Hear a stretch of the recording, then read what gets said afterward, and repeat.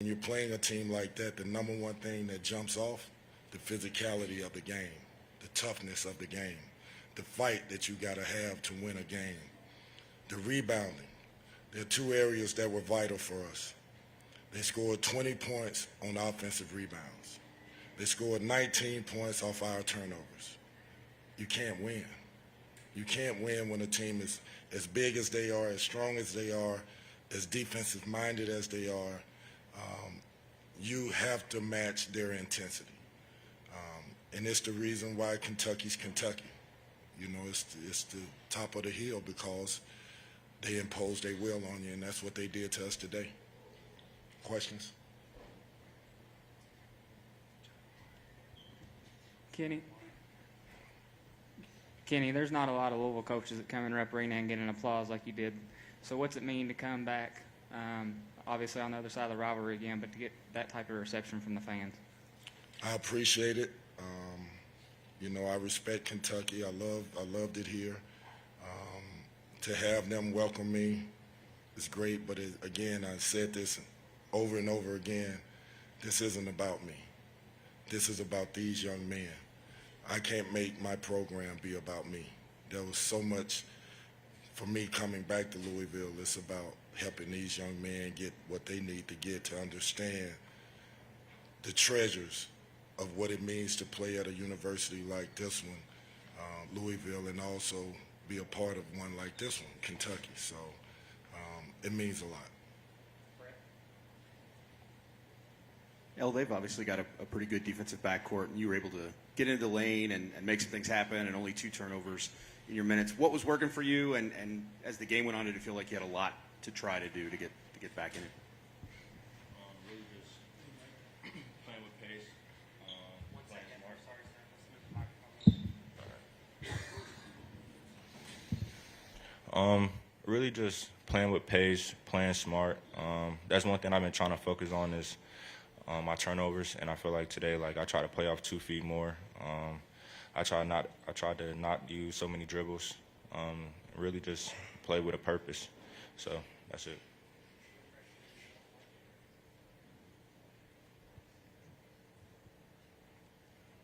Yeah, for Kenny, Jacob Toppin only had, I think, 9 points in the last 4 games combined, and he had a career day today with 24, hit a bunch of mid-range shots and some offensive rebounds. Why did he give you guys so much trouble? Jacob Toppin is a good player. He's a high-level player.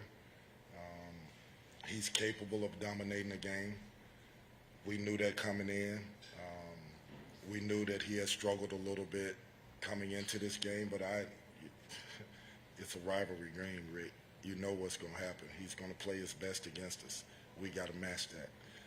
What I was hoping to do was to go at him a little bit with Brandon, and I think what Brandon found out is that he's an elite athlete with the way he moves as well.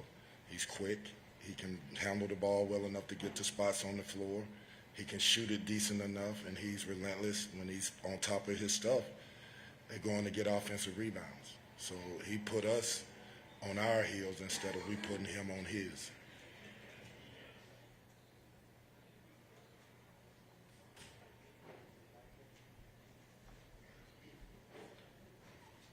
Kenny, you know, Oscar's typically going to get his, but, you know, with the rivalry, were you disappointed with the lack of physicality that you showed against Oscar today? Very, very disappointed. We spent 3 or 4 days working on rebounding, working on fighting for position. We know he's going to get deep in the post. He is, without a doubt, the most physical player in college basketball. He is, without a doubt, the best rebounder in college basketball. He is, without a doubt, one of the kids in the country that imposes his will on a basketball game. And in order to play against a kid like that, a player like that, you better be ready for a war. He brought it to us. It put us on our heels. At times, it looked like he reacted twice before we reacted once. I'm very disappointed in that.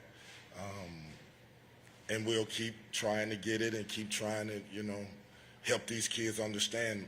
One of the things that I tried to do coming into this game is look at how he plays post offense. He's never running outside the lane. He's fighting you to get 3 feet from the basket. Look at how he's relentless on offensive rebounds. Why can't we do that? It's not about the skill. It's his will and his faith in his God to be able to do the things that he's doing. He's a unique basketball player that deserves a lot of credit. Kenny, I think against power conference schools now, you guys are losing your games by about 26 a game. It's obviously the ACC the rest of the way. What gives you confidence, if you have it, that you guys can still improve, that you've got somewhere to go from here? First thing is I go back to the first days of practice and how far we've came from that day to this day. We're not even the same team. And I see us getting better in areas. But I also see us like not really understanding the fight. There's another part of this game that's not about dribble, shoot, or pass. It's about a will of team versus another team. It's about individuals imposing their will on a game. That's what I'm trying to teach. That's why we have 3-hour practices. That's why I do a lot of conditioning, because I want them to overcome their fears, doubts, whatever it is, insecurities, to be able to conquer themselves and then become a team and become a unit and help build each other up. We are making strides. I can't sit here and tell you that we're going to go out and win the next 20 in a row, 10 in a row, whatever. I can just tell you every day I'm pushing these guys to get better, and they're trying. For L and Mike, one of the things that's happened in every game, not every game, but in all the blowouts, is one mistake happens and then 3 or 4 mistakes happen. How do you keep it from snowballing, and how frustrating is it? And do you think about it with, like, oh no, here we go again, when it starts to happen? I think we just got to think next play mentality. If we make a mistake, we got to get back on defense and try not to make that mistake again. I think if we change that, we'll limit the runs that the teams go on, and we'll be in a lot of closer games. Just having the next play mentality. Yeah, like Mike said, just think about the next play and not the mistake that you just made. I mean, basketball is a long game. Teams don't go on runs, so you got to be able to withstand their runs and be able to lock in and focus and get on the run on your own. So I just feel like when times get tough, like we just got to come together more and just continue to fight. For L and Mike, when your coach says, you know, it's about will and it's about fight, what does that make you guys think, and what's separating you guys from getting over the hump in those areas? I just feel like guys really just got to own up and listen to what coach is saying. Like, this is a tough level to play at. Like, these are really good teams, and you can't just go out there and just play. Like, you really have to fight every possession. Like, every possession you have to play like it's your last. So I just feel like guys got to understand that and just lock in. Yeah, I agree with L, and I also think like you just gotta take it personal with yourself. Like if he's challenging you in that area, like you just gotta look at yourself and be like, I gotta be better. I gotta give more effort. I gotta do more things. The little stuff on the floor, like dive on the floor for a loose ball, hit somebody on the box out, stuff like that. Just play harder.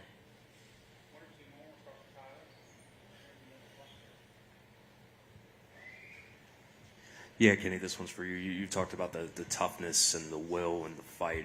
At this point in the season, I guess how concerning is it that you still have to try and search for it? And when do you become concerned that that message might just not be landing right now? Here's the answer to your question. The beginning of the second half, we cut the lead to 8. That means it's working. But what happened after that?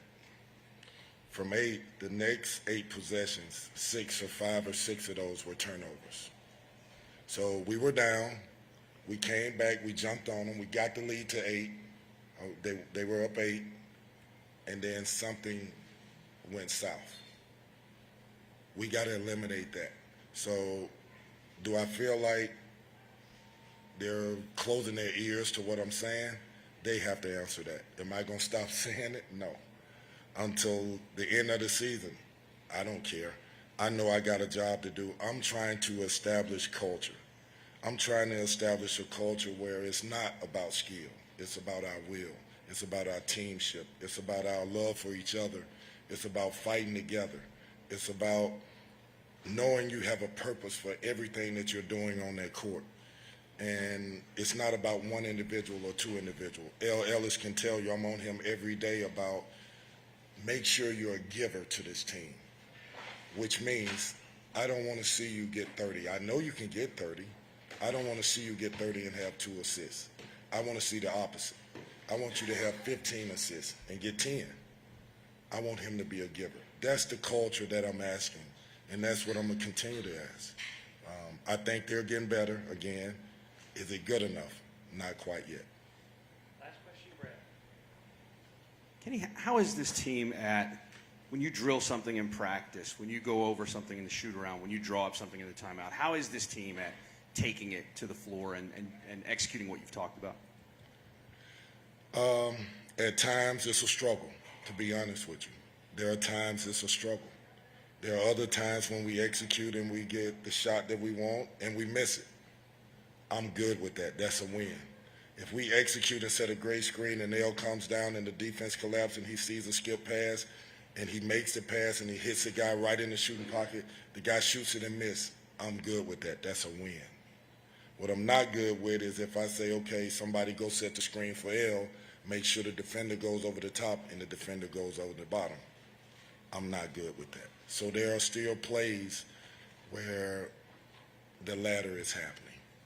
We have to continue to stress that, continue to practice that, continue to show film on that, demand it, and get better at it. Thanks, Coach. Good luck the rest of the season. Thank you.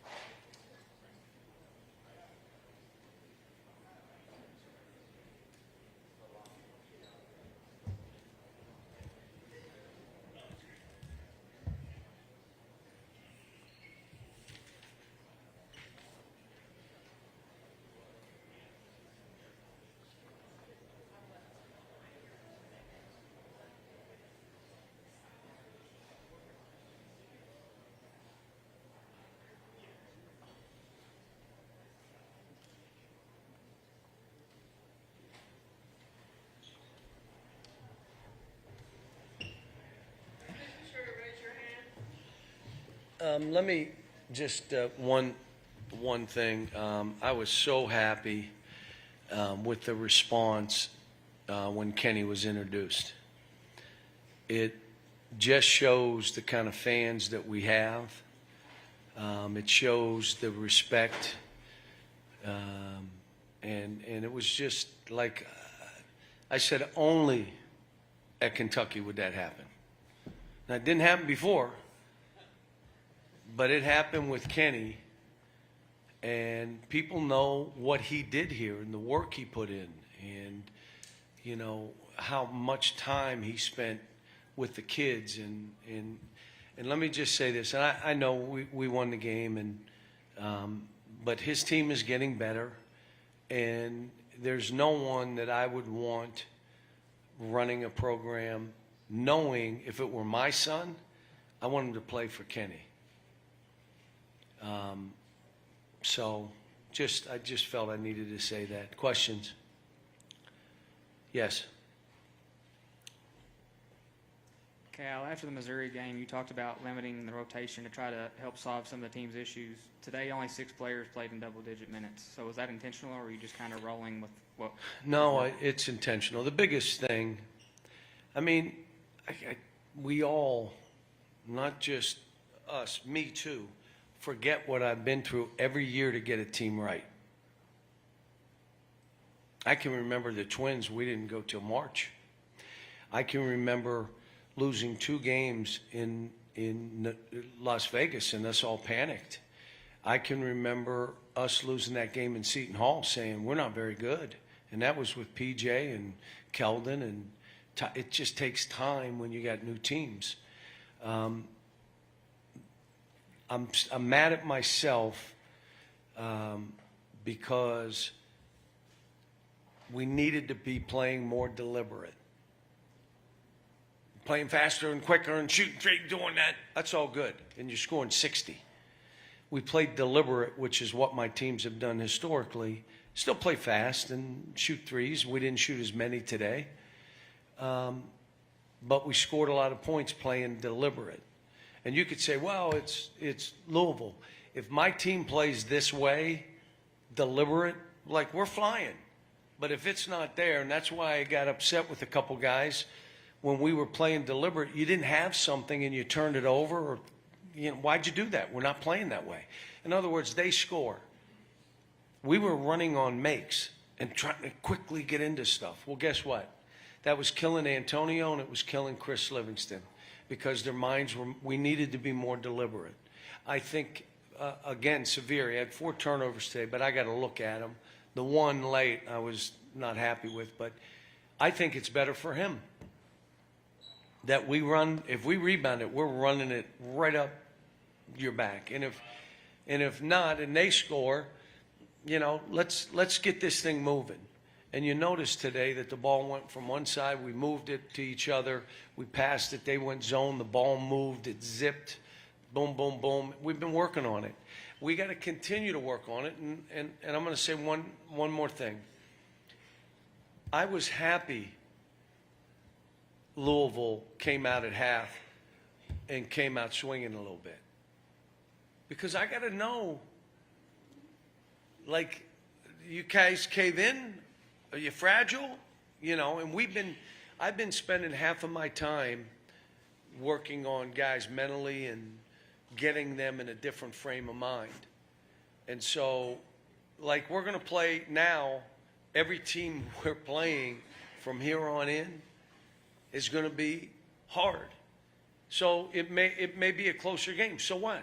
They make a run, we make a run. We just got to play, and it takes me time. It's taken me time every year I've been here. It's funny, I'm sitting with Jeff Shepard. He talked about his time here. He said, we lost 3 home games. We lost to Mississippi at home. And then we started getting it going. And then we won the conference tournament, didn't win the conference. And then went and won the national title. I mean,